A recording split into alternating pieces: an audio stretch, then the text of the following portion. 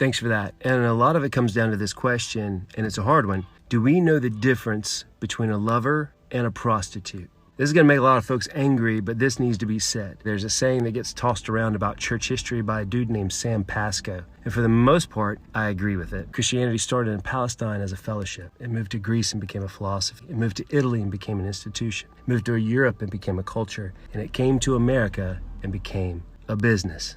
Super simplistic, I know, and I'd argue the business part started way before America, but it is in the U.S. that it was perfected with televangelism, prosperity gospel, and stuff like that. Now, before going further, it's important to draw a line. Christianity and Christ are not the same thing. Jesus is the same yesterday, today, and forever. That's Hebrews 13:8. Christianity, as in the religion derived from Jesus Christ, well, that changes all the time. And what is the church? It's not a building, but it's a collection of believers, a body of called out ones, otherwise called the bride. And what happens when a body is a business? Well, isn't that the definition of a prostitute? This is a big deal, folks, and at the root of this is how most Americans come to Christ and how we in America peddle that message to the world, merchandising it through our missionaries and church plants. Most of us come to Jesus because of what we're told we'll get, blessings in this life and heaven after we die, and we pitch that to others to get them to come to the faith so we can check our spreadsheets and evangelism growth charts because we're taught that this is expanding the kingdom of God. But what's the fruit of that? Well, if this is a marriage and Jesus is our husband, then we marry Jesus for his money and we're just trying to get written into the will so we can get ours. We don't really want to take the time to get to know our husband. Basically, we're just gold diggers. Harsh, I know, but let's hold up a mirror. It's why 15.5 million people come to the faith every year, but 11.7 million leave, resulting in a net gain of 3.8 million followers a year. And in first world countries, that percentage is even worse. Are you telling me that the good news is so good that less than 25% of people that hear it hold to it? Maybe they never really received the real good news.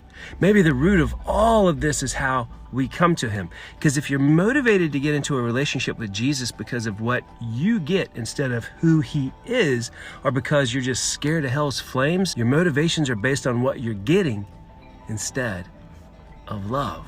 Can it become love? Sure. But tragically, that's rare. Because in this kind of relationship, the minute you feel like God isn't paying you, you bounce. Just like a prostitute. A prostitute pretends to love as long as they're being paid. But a lover does what a lover does because a lover loves, no matter what. Are we true followers of God? Are we true lovers of God? Or are we prostitutes? What would happen if the blessing stopped? What if you never received anything else from him? What if you were standing in an arena facing down lions? What if you were facing the barrel of an AK-47 or torches while bound to a stake? On average, 13 Christians are killed every day for their faith. 12 church buildings are attacked. 12 are unjustly arrested, detained, or imprisoned. And 5 people a day are abducted for faith-related reasons. What if that was you? Would you still proclaim love for Jesus, that he is good, that he intends to prosper you? Maybe his definition of prosper is different than our mere human understanding. Do you really love without any conditions, or do you require payment and require getting yours? Please understand, I fully believe in the blessings of God. My life has borne his blessings out time and time again. We've got to get outside of ourselves and look at our own motivations in the light. God desires you, but we've got to realize that he is the blessing, not what we get. Let's stop being prostitutes. Let's be lovers and watch the world change. Comments, complaints, ideas, leave them. Love to read them. Click the pinned videos for more.